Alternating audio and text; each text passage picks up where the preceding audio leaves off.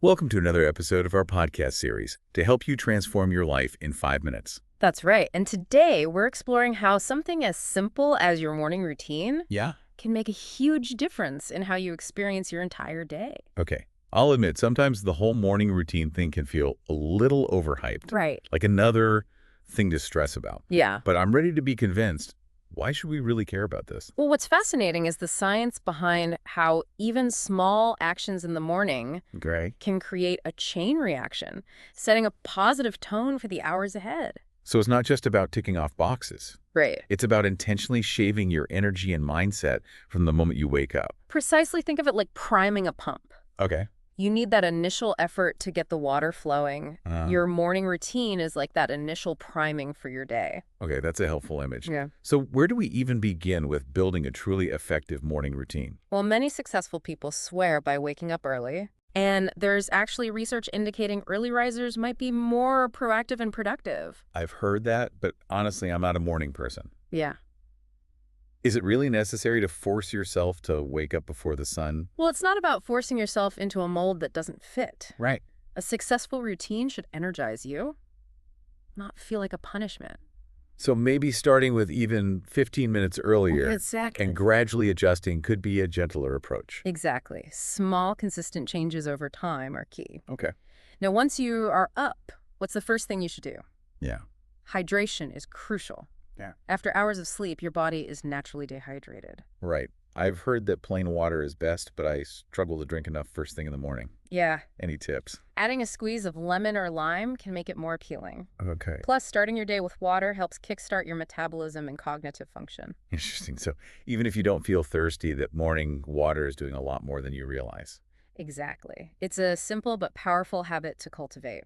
Now, I've noticed a lot of routines emphasize mindfulness or meditation. Is that really essential? It can be a game changer, even if it's just for a few minutes. Okay. Think of it like clearing your mental inbox before the day's messages start flooding in. So it's about creating that calm, focused space before the chaos hits. Precisely. Mindfulness helps you become more aware of your thoughts and emotions, which allows you to respond to situations with more clarity and intention. That makes sense. Are there any specific techniques you recommend for someone new to mindfulness? Apps like Headspace or Calm can be fantastic guides. Okay. They offer a variety of meditations, from focused breathing exercises to body scans. And what about those of us who struggle to sit still and meditate? Are there other options? Absolutely. Even a few minutes of mindful movement can be incredibly beneficial. Gentle stretching yoga or Tai Chi can all help calm your mind and energize your body. I love that idea. It's like a 2-for-1, getting your blood flowing while also quieting your mind.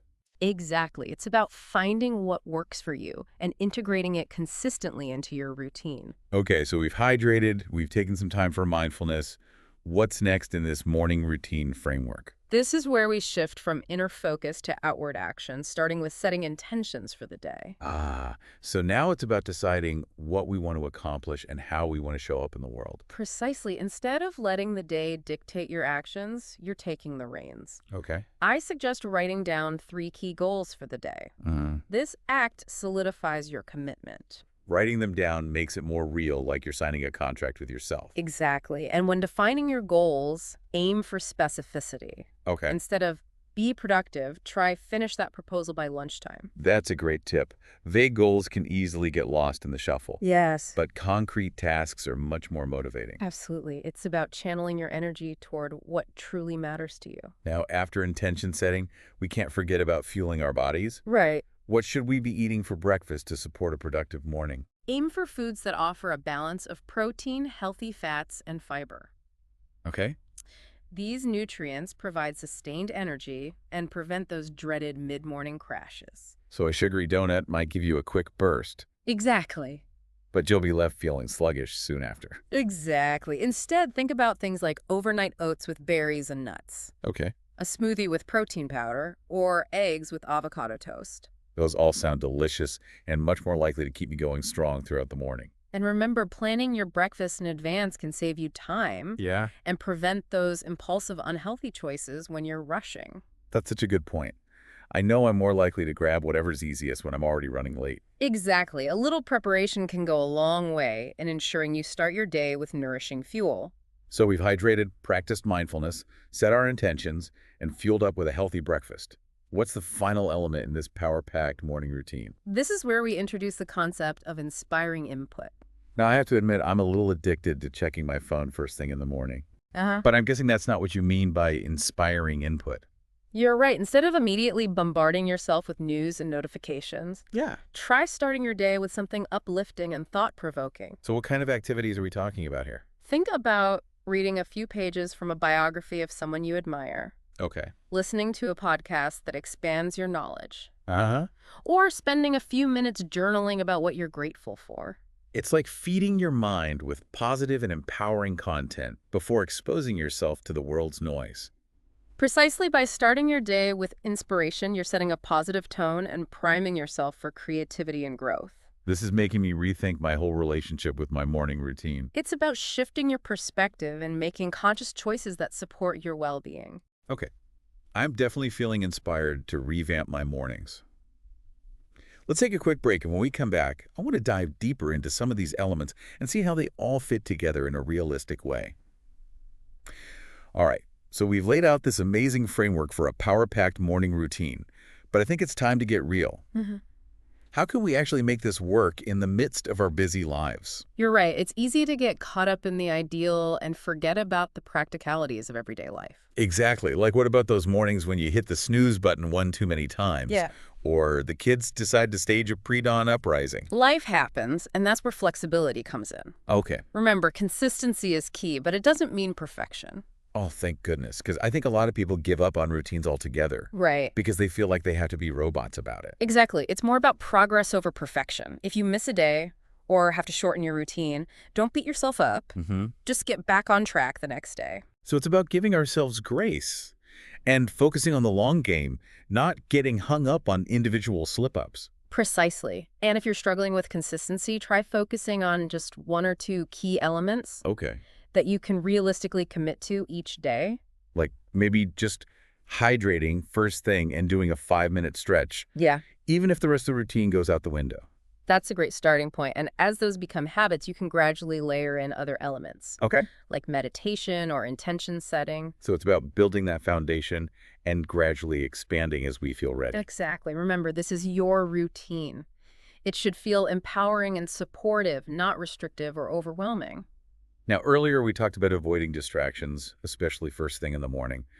But in our hyper-connected world, that can feel like mission impossible. It's definitely a challenge, but what if we reframed those early hours as a sacred space? Okay. A time dedicated to nourishing ourselves before the demands of the day take over. I love that idea. It's like creating a protective bubble where we can recharge and connect with ourselves. Exactly. And within that bubble, we can choose to fill it with activities that align with our values and goals, whether it's reading something inspiring, moving our bodies, or simply enjoying a cup of coffee in silence. Yeah. It's about making conscious choices. So it's about shifting our mindset from reactivity to intentionality.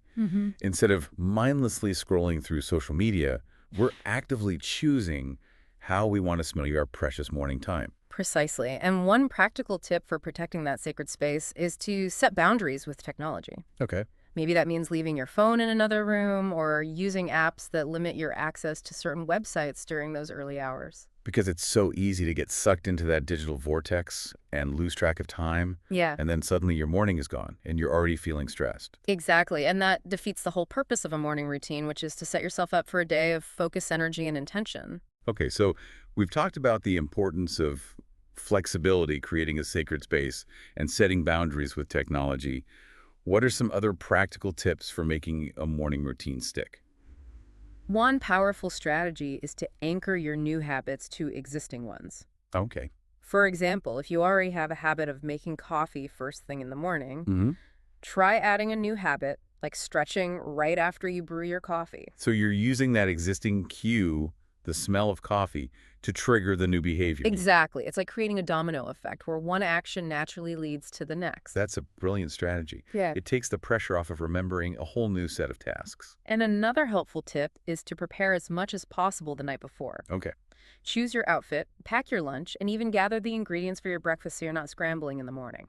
Those little things can make a huge difference in reducing stress and setting yourself up for a smoother morning flow. Absolutely. And remember, creating a sustainable morning routine is a journey, not a destination. Okay. It's a process of experimentation and refinement.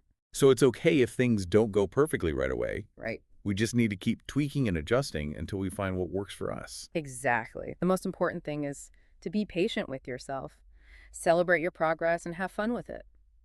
I think we've covered a lot of ground and provided some really practical insights for our listeners.